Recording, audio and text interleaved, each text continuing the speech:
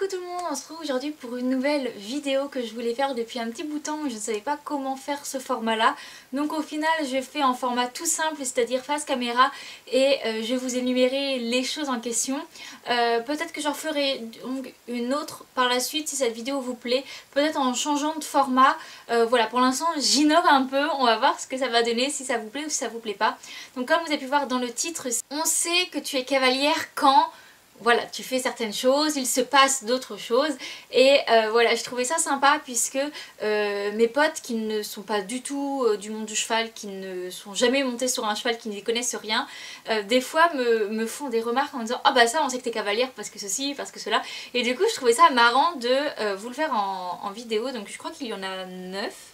Donc il y a 8 choses. On sait que tu es cavalière quand il se passe ça. Donc voilà, on va commencer sans tarder. Donc quand je dis cavalière, c'est également cavalier. Je parle à moi, à mon nom, donc cavalière. Mais si tu es cavalier, normalement ça correspond aussi pour toi. Donc le premier, c'est on sait que tu es cavalière quand tu refuses des soirées le samedi soir. Parce que ouais, en fait, genre le réveil à 5h30 le dimanche, déjà qui va être dur. Alors si en plus t'es en soirée la veille, là tu vas... Ça sert à rien d'aller au concours, autant abandonner maintenant. On sait que tu es cavalière quand tu as toujours des affaires de poney qui traînent dans ta voiture. Lorsque du coup tu as le permis et ta propre voiture. Tu as toujours au moins genre une cravache, un paquet de bonbons, une bombe, une paire de boots. Enfin moi j'ai toujours des choses qui traînent dans mon coffre parce qu'on ne sait jamais, je vais au centre équestre et on propose de monter, bah au moins j'ai une paire de boots, j'ai ma bombe, ou la cravache et le stick, c'est des choses que j'oublie tout le temps et je perds, donc je laisse toujours dans ma voiture. Et en fait voilà, à chaque fois que des personnes non cavaliers passent par ma voiture, ils disent toujours « Ah, il y a toujours des trucs de poney !» Et bah ouais, en fait il y a toujours des choses de poney. On sait que t'es cavalière quand tu vas à l'école, à la fac, en ville ou ce que tu veux, avec des chaussures qui au final sont plus forcément très propres. Quand tu les as achetées, tu t'es promis de ne jamais les mettre au poney. Et puis, oh, un mercredi après-midi, un samedi, comme ça. Bon, flemme de changer de chaussures, c'est pas grave, je veux les nettoyer en rentrant.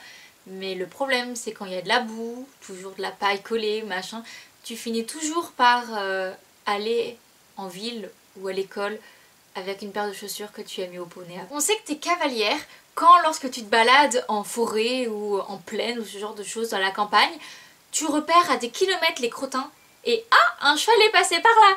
Personne l'aurait vu, ou alors l'aurait vu sans forcément... voilà. Mais toi, tu le vois, tu sais qu'il y a un cheval qui est passé là il n'y a pas longtemps. Et voilà, ça c'est un truc que tu repères les crottins à 10 km. On sait que tu es cavalière quand dans ta voiture, dans la voiture de tes parents ou quelque chose comme ça, tu as un flot attaché dans l'intérieur de ta voiture ou le sticker autocollant de ton centre équestre.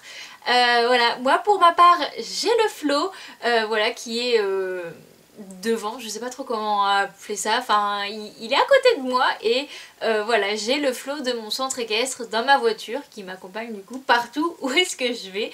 Là tu croises ma voiture, tu sais que je suis cavalière et tu sais même où est-ce que je monte en fait, voilà. Dans le même délire, on sait que tu es cavalière quand tu as des stickers de cheval un peu partout sur ta voiture.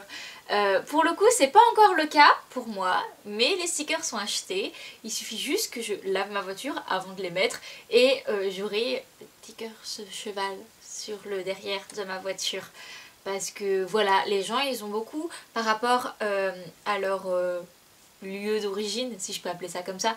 Par exemple ils vont avoir la Bretagne, ils vont avoir la Corse généralement, et aussi l'Alsace. C'est les trois autocollants qu'on voit le plus sur les voitures. Mais on voit aussi des petits bonhommes qui font de la famille, les chiens. Bah moi ce sera les chevaux. Voilà, j'aurai des stickers chevaux sur ma voiture. Je sais que tu es cavalière quand tu as plusieurs rendez-vous annuels que tu ne veux jamais louper. Notamment la mode Beuvron, hein. Que tu y participes ou pas, t'as toujours envie d'y aller. Les salons du cheval, que ce soit Paris, Lyon, Bordeaux ou je ne sais quoi.